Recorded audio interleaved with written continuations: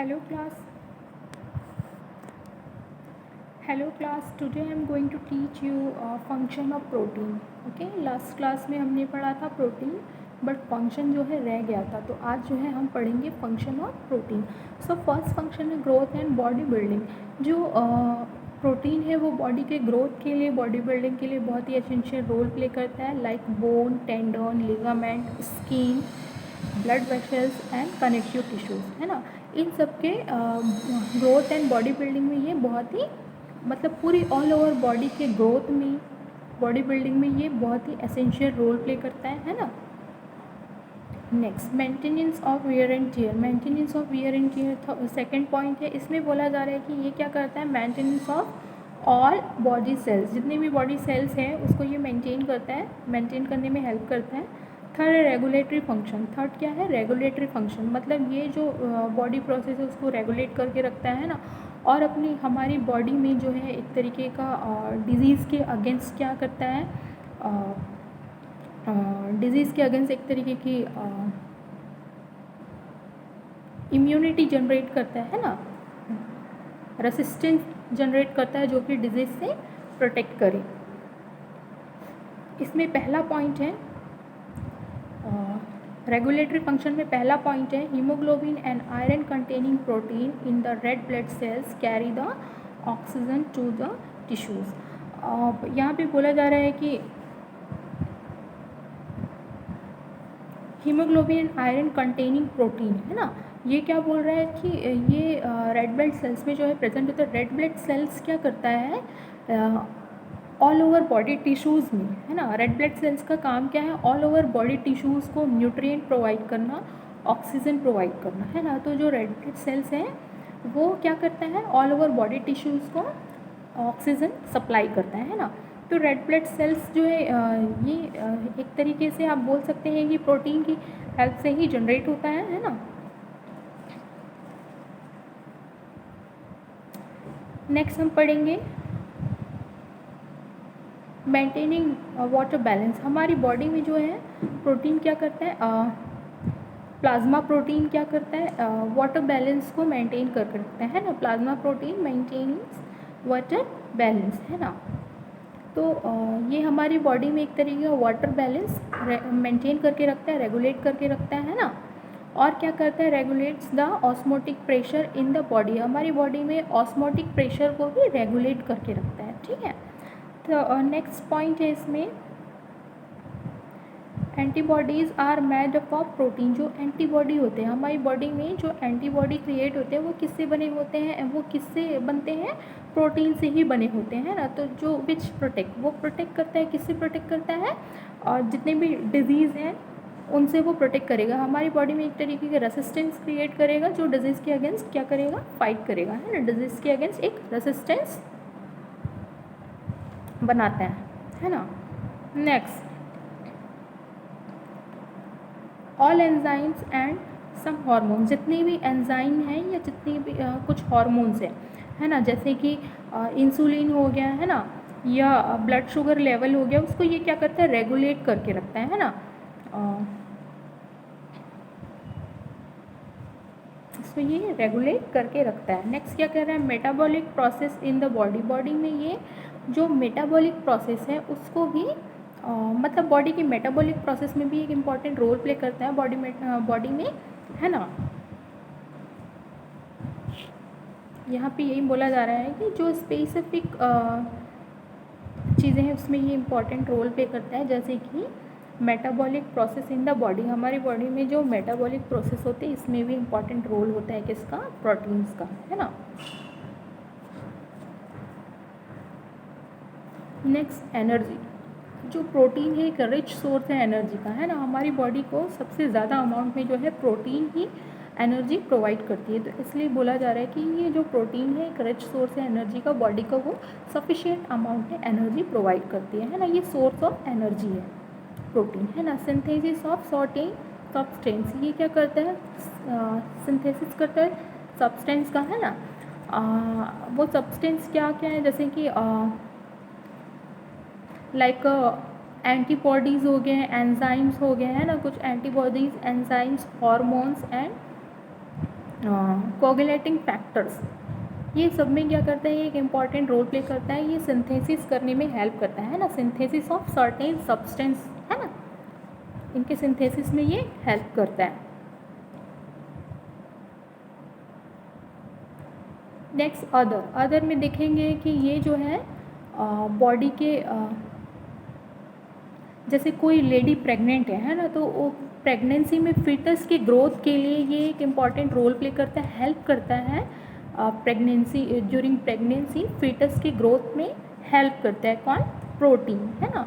Next बोल रहा है कि जैसे जो कोई मदर है, जो लैक्टेटिंग मदर है, जो ब्रेस्ट फीडिंग करा रही है, तो उस टाइम भी ये एक इम्पॉर्टेंट रोल प्ले करता है ना, ब्रेस्ट मिल्क प्रोडक्शन में हेल्प करता है प्रोटीन, ठीक है, क्या करता है, ब्रेस्ट मिल्क के प्रोडक्शन में हेल्प करता है।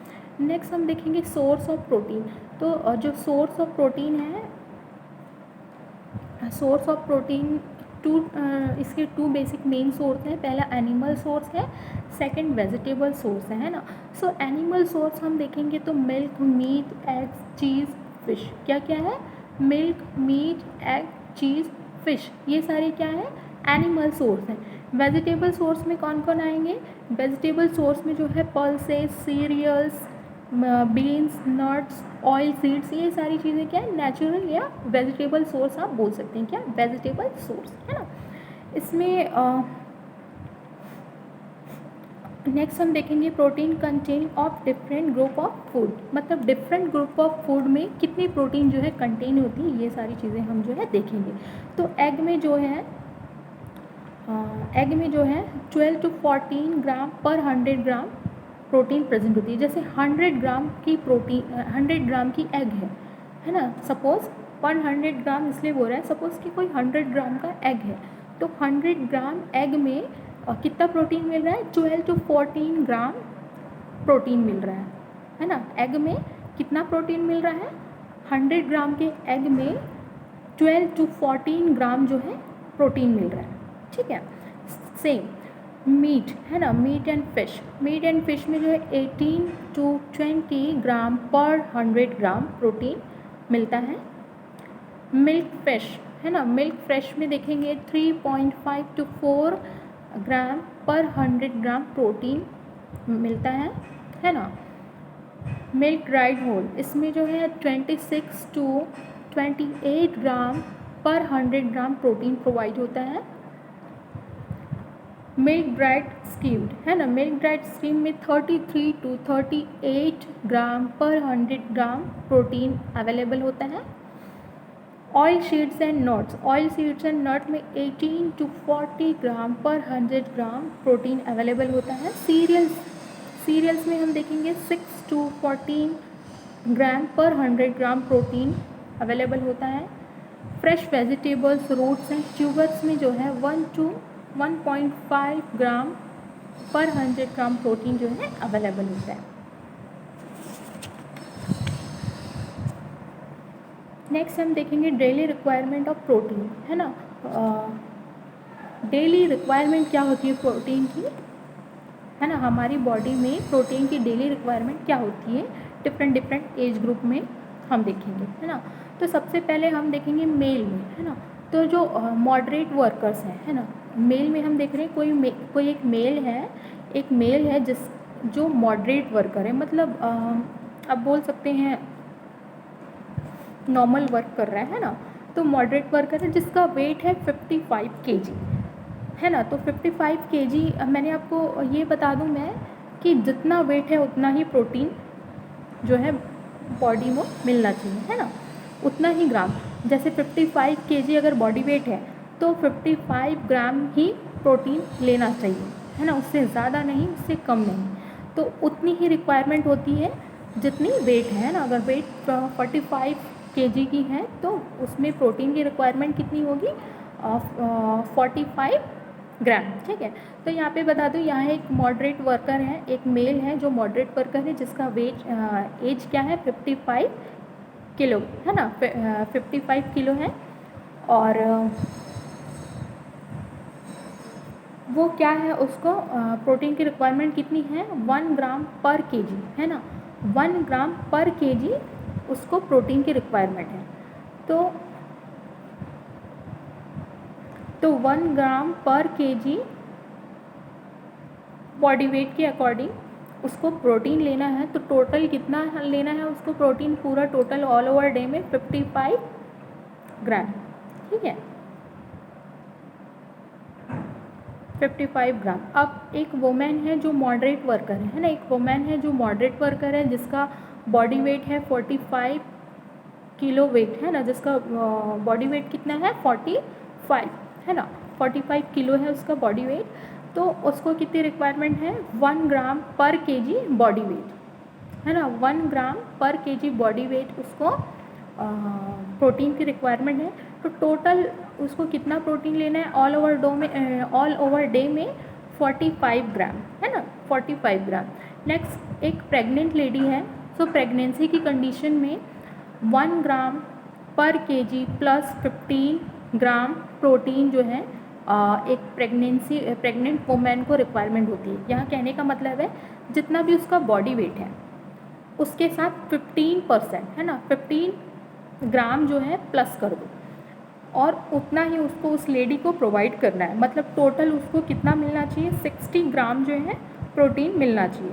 पहले कितना ले रही थी वो 45 ग्राम प्रोटीन ले रही थी है ना, तो उसका बॉडी वेट कितना है 45 है, इसलिए वो 45 ग्राम जो है प्रोटीन ले रही थी। लेकिन प्रेगनेंसी की कंडीशन में 15 प्लस कर दो, 15 प्लस किए तो कितना हुआ 60 ग्राम है ना।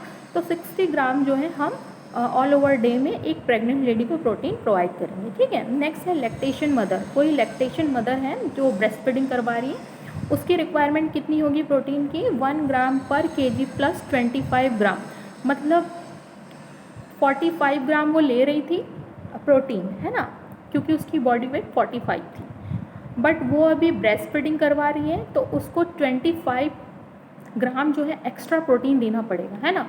45 प्लस 25 ग्राम एक्स्ट्रा प्रोटीन उसको देना पड़ेगा। तो 45 प्लस 25 कितना हुआ 70 ग्राम जो है लैक्टेशन मदर को जो है प्रोटीन देना होगा।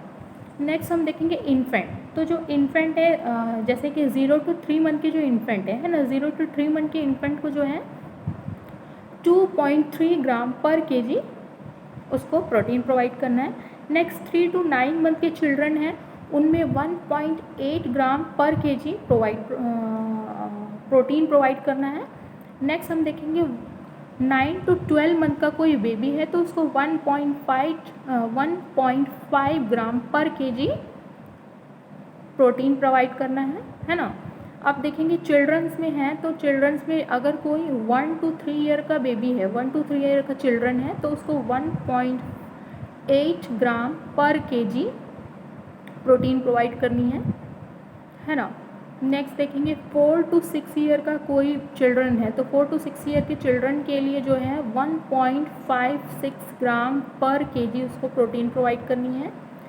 7 to 9 ईयर का चिल्ड्रन है तो 1.35 ग्राम पर केजी उसको प्रोटीन प्रोवाइड करनी है। 9 to 12 ईयर का कोई चिल्ड्रन है तो 1.10 ग्राम पर केजी जो है उसको प्रोटीन प्रोवाइड करनी है ना। मतलब जैसे 1 to 3 ईयर का बेबी है तो उसको टोटल 20 ग्राम जो है प्रोटीन प्रोवाइड करना है। 4 to 6 ईयर का बेबी है तो उसको टोटल 22 ग्राम जो है प्रोटीन प्रोवाइड करना है। 7 to 9 ईयर का है तो 33 ग्राम टोटल प्रोवाइड करना है प्रोटीन। 9 to 12 ईयर का है तो उसको 40 ग्राम जो है प्रोटीन प्रोवाइड करना है टोटल ऑल ओवर डे में, है ना। अब देखेंगे एडोलसेंट में 13 to 15 ईयर का बॉय है, 13 to 15 ईयर का बॉय है तो उसको टोटल प्रोटीन कितनी मिलनी चाहिए 55 ग्राम।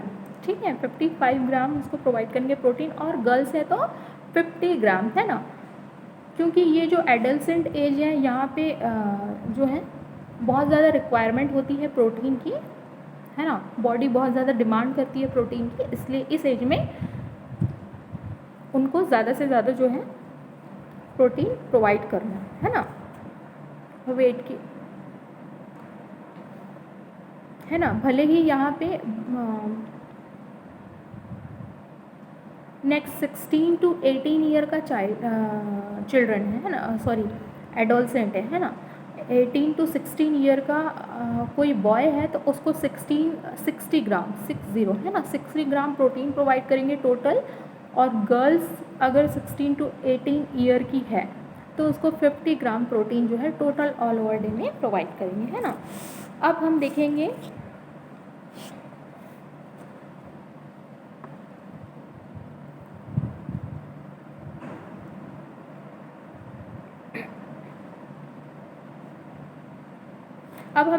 Effects of deficiency and excess of protein, है ना। क्या देखेंगे? Effects of deficiency and excess of protein, मतलब बॉडी में अगर प्रोटीन की डेफिशिएंसी हो जाती है या एक्सेस हो जाता है तो उस कंडीशन में क्या होता है ये हम देखेंगे। तो पहला है, यदि डेफिशिएंसी हुई तो क्या लीड करेगा, है ना।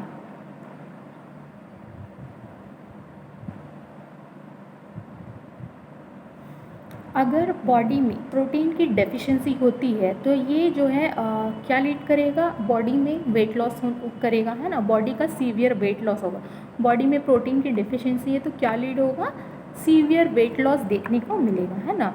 इसके अलावा जो है पेशेंट या जो भी पर्सन है उसमें एनीमिया कॉज करेगा। एनीमिया मैंने आपको बताया था, स्टार्टिंग में ही बताया था क्या होता है ना, इसमें रेड ब्लड सेल्स की डेफिशिएंसी हो जाती है क्योंकि चूँकि प्रोटीन बॉडी को नहीं मिल रहा है जिससे रेड ब्लड सेल्स प्रोड्यूस नहीं होंगे और रेड ब्लड सेल्स नहीं प्रोड्यूस होंगे तो क्या होगा, डेफिशिएंसी होगी रेड ब्लड सेल्स की और एनीमिया कॉज करेगा, है ना।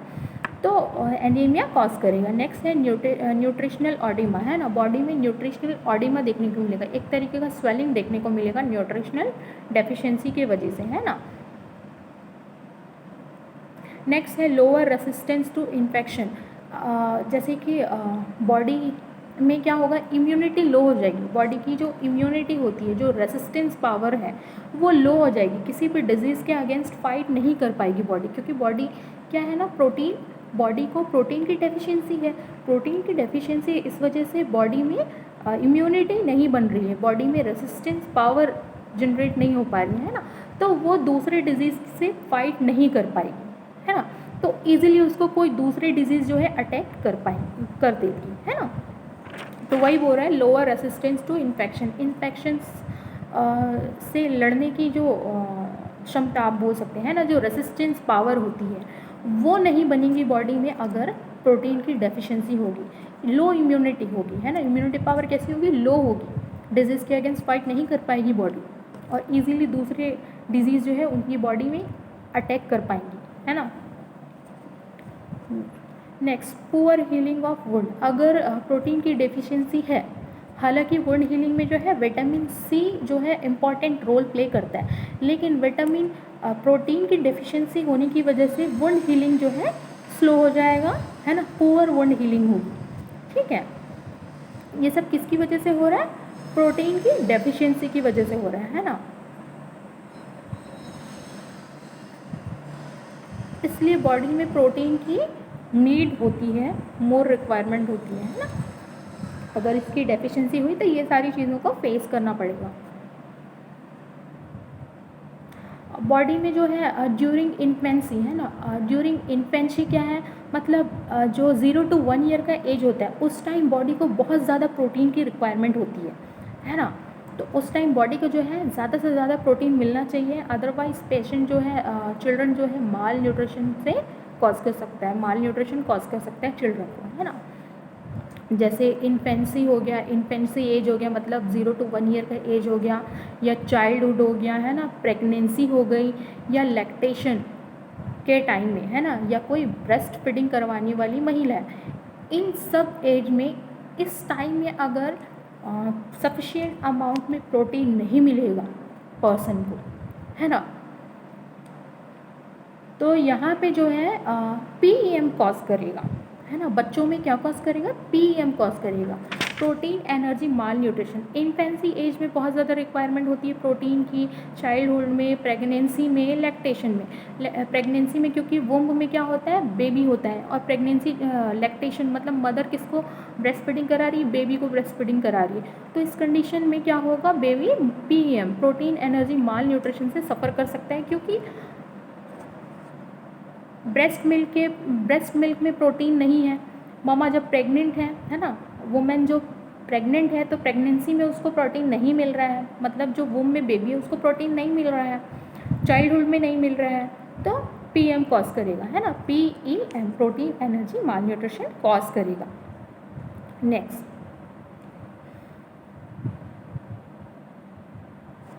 हमारे इंडिया में अगर हम देखें तो हमारी इंडिया क्या है, एक डेवलपिंग कंट्रीज़ है ना, डेवलप्ड कंट्री नहीं है ये, क्या है, डेवलपिंग कंट्रीज़ है। तो हमारी इंडिया में जो है ज़्यादातर जो है प्री स्कूल जो चिल्ड्रन है, प्री स्कूल चिल्ड्रन है, उनमें ये प्रॉब्लम देखी जाती है ना। ये ज़्यादातर डेवलपिंग कंट्रीज़ में देखी जाती है ये प्रॉब्लम, ये जो PEM है, PEM प्रोटीन एनर्जी माल न्यूट्रिशन जो है डेवलपिंग कंट्रीज़ में देखी जाती है। इसमें हमारा इंडिया खुद शामिल है ना। हमारे इंडिया में ये केसेस जो हैं प्री स्कूल चिल्ड्रंस में ज़्यादातर देखे जाते हैं, ठीक है। इसका जो इंसिडेंस है अगर हम देखें, PEM हमारे इंडिया में अगर हम देखें तो इंसिडेंस क्या है, इंसिडेंस इज़ 1 to 2%, है ना। हमारी इंडिया में प्री स्कूल चिल्ड्रन में जो है प्रोटीन एनर्जी माल न्यूट्रिशन जो है सबसे ज़्यादा कॉज करता है ना। तो उसका इंसिडेंस कितना है, 1 to 2%। नेक्स्ट PEM क्या है, PEM जो है एक मेजर न्यूट्रिशनल डेफिशिएंसी डिजीज़ है ना। ये एक मेजर हेल्थ प्रॉब्लम है ना। हमारे इंडिया का क्या है ये, PEM जो है major health and nutritional problem है ना, जो न्यूट्रिशन की डेफिशिएंसी से होती है, बहुत बड़ा मेजर प्रॉब्लम है बताया जा रहा है। इससे क्या हो रहा है, इंडिया में मॉर्बिडिटी एंड मोर्टेलिटी रेट जो है बढ़ती जा रही है ना। प्रोटीन एनर्जी माल न्यूट्रिशन की वजह से क्या हुआ, इंडिया में मॉर्बिडिटी एंड मोर्टेलिटी रेट जो है बढ़ती गई, ठीक है। मतलब डिजीज़ एंड डेथ रेट, है ना। मॉर्बिडिटी एंड मोर्टेलिटी का मतलब क्या है, डिजीज़ एंड डेथ रेट जो है बढ़ती गई न्यूट्रिशन की डेफिशिएंसी की वजह से, PEM की वजह से, है ना।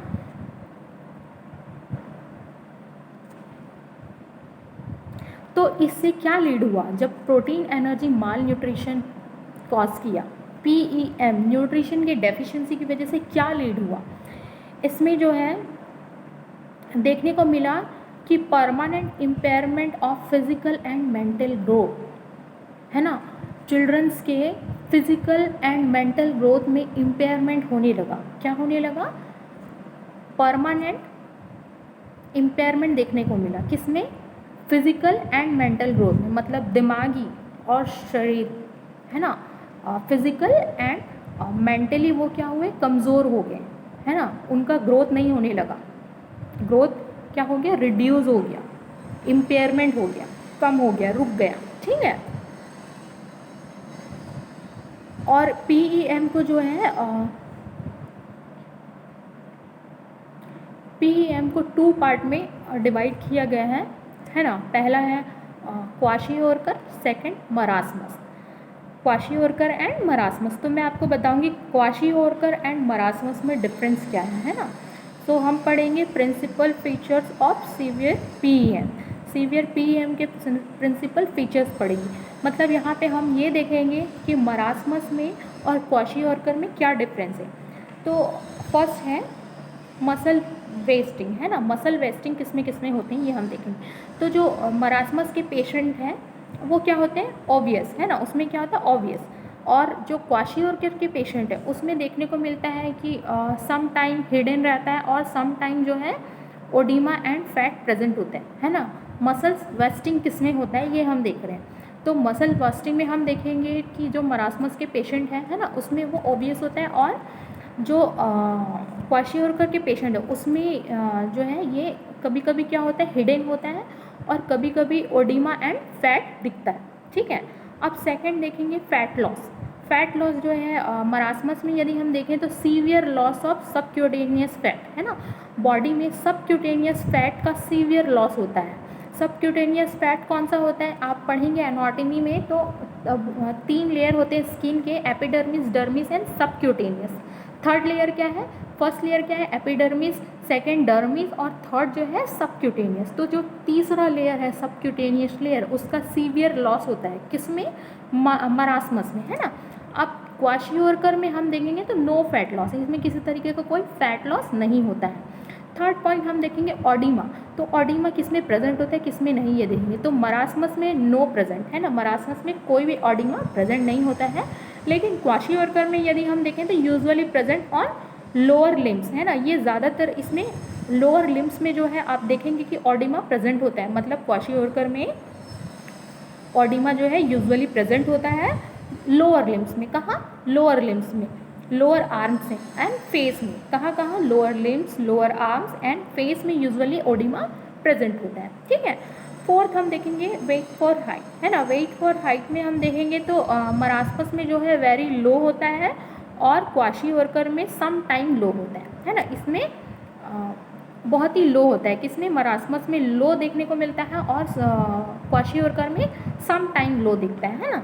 अब फिफ्थ हम देखेंगे फेस लुक, फेस लुक कैसा होता है, तो मरासमस में जो है लाइक मंकी फेस होता है ना। कैसे फेस होता है, मरासमस में मंकी लाइक फेस दिखता है पर्सन का, है ना। और जो क्वाशियोरकर है, क्वाशियोरकर में जो है मून लाइक फेस, मतलब एक चांद की तरह गोल फेस दिखता है, किसमें, क्वाशियोरकर में, है ना। अब हम देखेंगे मेंटल चेंजेस, है ना। सिक्स्थ है मेंटल चेंजेस, दोनों में कैसा होता है ये देखेंगे। तो सिक्स्थ में है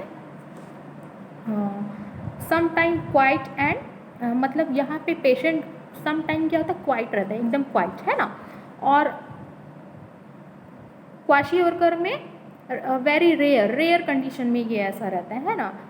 मतलब मेंटल चेंजेस जो है मरासमस में अगर हम देखें तो ये सम टाइम क्वाइट होता है, और क्वाशियोरकर में यदि देखें तो वेरी रेयर कंडीशन में ऐसा देखने को मिलता है ना। नेक्स्ट देखेंगे एपेटाइट, है ना, मतलब उसका जो भूख है ना, एपेटाइट वो एपेटाइट मतलब क्या, भूख, है ना, उसका भूख लगता है नहीं लगता है, ये सारी चीज़ें हम देखेंगे। तो एपेटाइट मीन्स यहाँ मरासमस में अगर हम देखें तो यूजुअली गुड, मतलब उसका एपेटाइट जो डाइट है ना, डाइट क्या है, नॉर्मल है, उसको नॉर्मल भूख लगती है, वो अच्छा डाइट लेता है, खाता है ना। और जो क्वाशियोरकर का पेशेंट है उसमें एपेटाइट कैसा होता है, पुअर होता है, पुअर एपेटाइट, मतलब उसको भूख नहीं लगती है, प्यास नहीं लगती है, उसको समझ में नहीं आती है कि उसको जो है क्या लग रहा है, मतलब भूख लग रहा है नहीं लग रहा है, उसको कुछ नहीं पता होता है, मतलब भूख लगती ही नहीं है, वो कुछ खाता नहीं है, इस तरीके का हो जाता है ना। अब एट्थ में हम देखेंगे डायरिया, तो डायरिया जो है मरासमस के पेशेंट में अक्सर देखने को मिलता है ना। डायरिया जो है मरासमस के पेशेंट में प्रेजेंट होता है, देखने को मिलता है, और क्वाशियोरकर में भी देखने को मिलता है ना। नाइन्थ हम देखेंगे स्किन चेंजेस में हम देखेंगे यूजुअली नॉन, है ना, मतलब नॉट एनी चेंजेस, है ना, बहुत ज़्यादा चेंजेस देखने को नहीं मिलता है मरासमस में। लेकिन क्वाशियोरकर में यदि हम देखें तो इसमें देखने को मिलेगा डिफ्यूज़ पिगमेंटेशन, है ना। जो क्वाशियोरकर का पेशेंट है उसमें स्किन चेंजेस देखने को मिलेगी, और वो स्किन चेंजेस कैसे होंगी, डिफ्यूज़ पिगमेंटेशन, है ना, एक तरीके की पिगमेंटेशन देखने को मिलेगी बॉडी पे, स्किन पे, है ना। और सम टाइम फ्लैकी पेन, है ना, एक कभी कभी क्या होगा, एक फ्लैकी पेन, अजीब सा पेन होगा, फ्लैकी पेन होगा, है ना। और कभी कभी क्या होगा, डर्मेटोटिस, है ना, डर्मेटोटिस देखने को मिलेगा, एक तरीके की क्या है,